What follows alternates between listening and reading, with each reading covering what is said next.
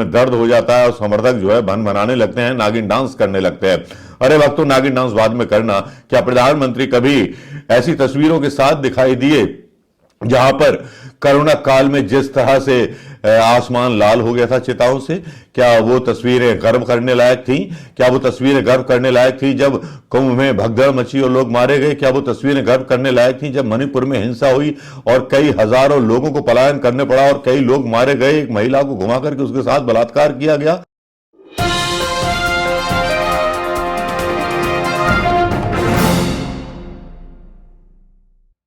नमस्कार, मैं मनोज कुमार शर्मा एक बार फिर आजाद हिंद आवाज न्यूज के लिए आपके बीच में एक बार फिर ऐसी तस्वीरें देखी कि तस्वीरों को देख करके मेरे होश उड़ गए, गाने याद आने लगे, राजा महाराजाओं के जमाने याद आने लगे। जी हां, जनता को अपना चौकीदार कहने वाले प्रधानमंत्री को जब वाइल्ड लाइफ सेंचुरी में घूमते हुए देखा तो मुझे पुलवामा याद आ गया। जी हां, ये वही पुलवामा था कि जब पुलवामा हो रहा था और एक डायरेक्टर के साथ, विदेशी डायरेक्टर के साथ प्रधानमंत्री मोदी जी अपना एक जिम नेशनल कॉर्बेट में फोटो शूट करा रहे थे।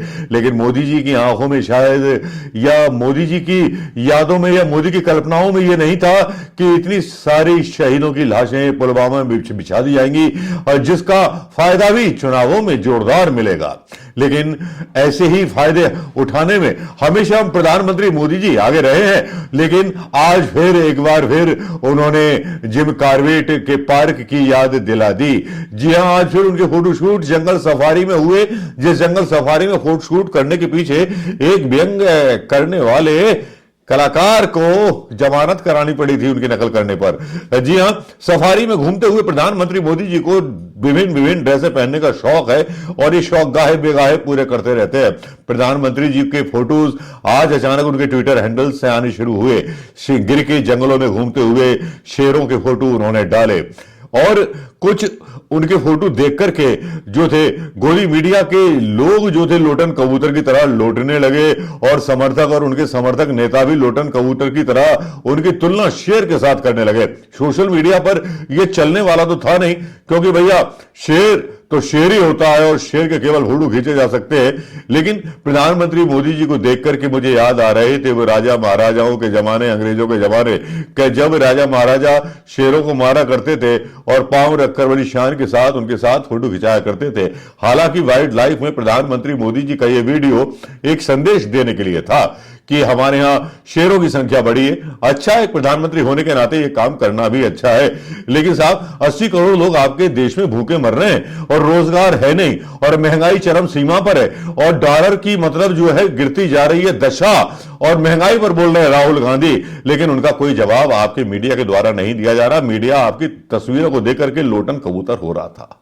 लेकिन अचानक एक सच्चाई यह भी थी कि प्रधानमंत्री मोदी जी को जितनी जानवरों की चिंता है, इतनी चिंता ना तो मणिपुर में मारे गए लोगों की और ना फिर कुंभ में मारे गए लोगों की, ना दिल्ली रेलवे स्टेशन भगदड़ पर भगदड़ मची और भगदड़ मचने के दौरान जो लोग मरे उनकी भी चिंता नहीं थी। मतलब देखिए ना, जानवरों की जान इंसान से ज्यादा महंगी है, यह प्रधानमंत्री जी ने बता दिया और एक संवेदना भी दिखाई दी। उनको अति संवेदनशील कहा गया, संवेदनाएं, लेकिन जिस इंसान की संवेदनाएं इंसानों के साथ नहीं, वो जानवरों के साथ क्या होंगी?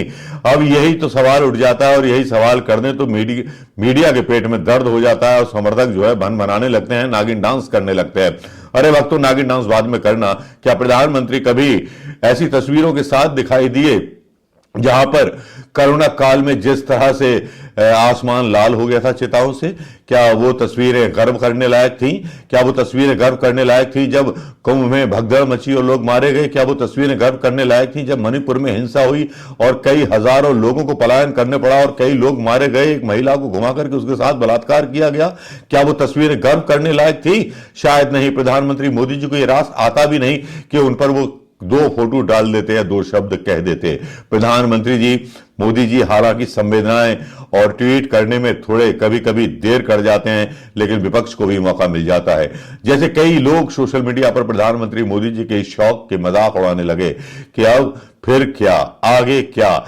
वैसे गाहे बेगाहे प्रधानमंत्री मोदी जी जब जब वन्य प्राणियों के लिए उतर करके आते हैं और झंडा मतलब एक तरह से झंडा वरदार बनने की कोशिश करते हैं, मतलब प्रकृति के संतुलन को बनाने की बात करते हैं, वन्य जीवों की रक्षा की बात करते हैं, तब मुझे याद आ जाता है कि अभी तक मध्य प्रदेश को जितने शेर या चीते भेजे जाते हैं वो कैसे मर जाते हैं।